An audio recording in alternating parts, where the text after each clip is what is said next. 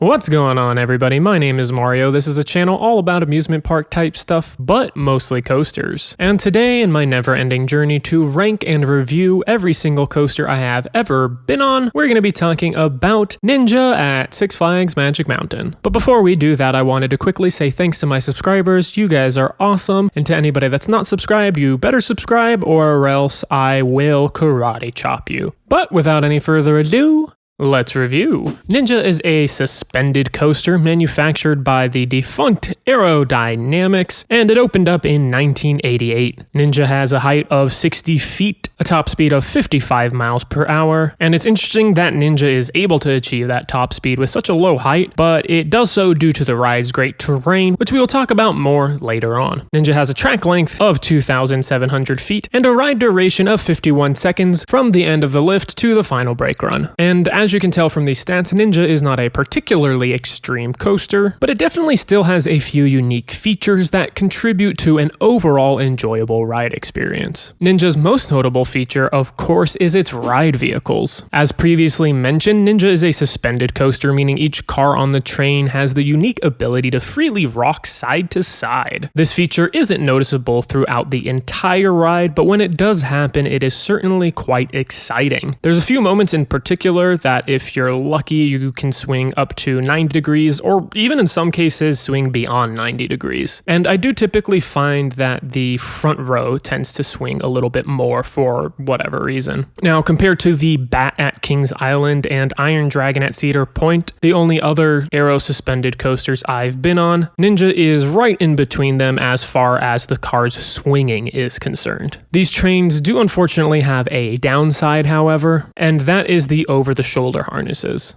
These are bulky, so they can get a bit uncomfortable, but thankfully the ride is relatively smooth, so they aren't too bad. Now, when it comes to the actual layout of Ninja, it definitely leaves a lot to be desired. There's definitely no need to look at the ride element by element, because the entire coaster is just swooping turns with a couple of small drops. This does, however, pair nicely with the train's ability to rock side to side, and the layout is also bolstered by the ride's desirable setting.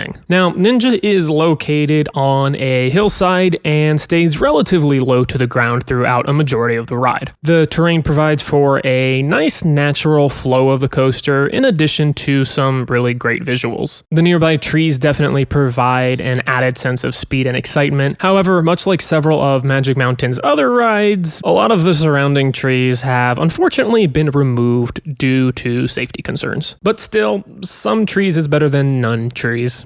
And an equally cool aspect of Ninja's setting is its plethora of interactions with Jetstream, which is the park's log ride. You have some great near misses with the track when it's flying over your head. You get some really pleasing visuals as you swoop down by the water, and in some cases you actually even get splashed by water coming down on you, which is really fun. I can't really think of any other coaster that has unplanned occasional water effects, and I genuinely actually think that it adds to the ride, especially on a hot summer day. So I really think that the setting is what makes this coaster, even more so than the uniqueness of the train swinging side to side. And before I rate this ride, there's one last little quirk that I wanted to mention, which is the two lift hills of this ride. Now, Ninja obviously starts with a lift hill, but it also ends with one, and the second lift hill always tricks first-time riders into thinking that there's going to be another drop or something other than the station following it, so it can often be entertaining to hear people's disappointment when the second lift just results in them getting off of the ride. But if you've never been on the ride before and you've watched this review, now you're informed and you don't have to sound dumb like them. But jokes aside, what would I rate this coaster out of 10? I'd give it a friendly 6. I think the major things holding it back are just the lack of diversity in its layout, and it definitely leaves a lot to be desired as far as intensity is concerned as well. But don't get me wrong, it's definitely still a good ride, especially for younger and or less seasoned coaster riders, with the only negative for those people potentially being the over-the-shoulder restraints causing a bit of discomfort. As far as where this ranks amongst the 229 other coasters that I've been on, Ninja sits pretty close to the middle at 120. plenty. But that's enough of my thoughts on Ninja. I'd love to know what you guys think about it. I'd especially love to know what you guys think about it compared to some of the other suspended coasters out there. And don't forget to subscribe to the channel if you liked this video and want to see more. And make sure to tune in next time where I'll be talking about whatever this wheel lands on.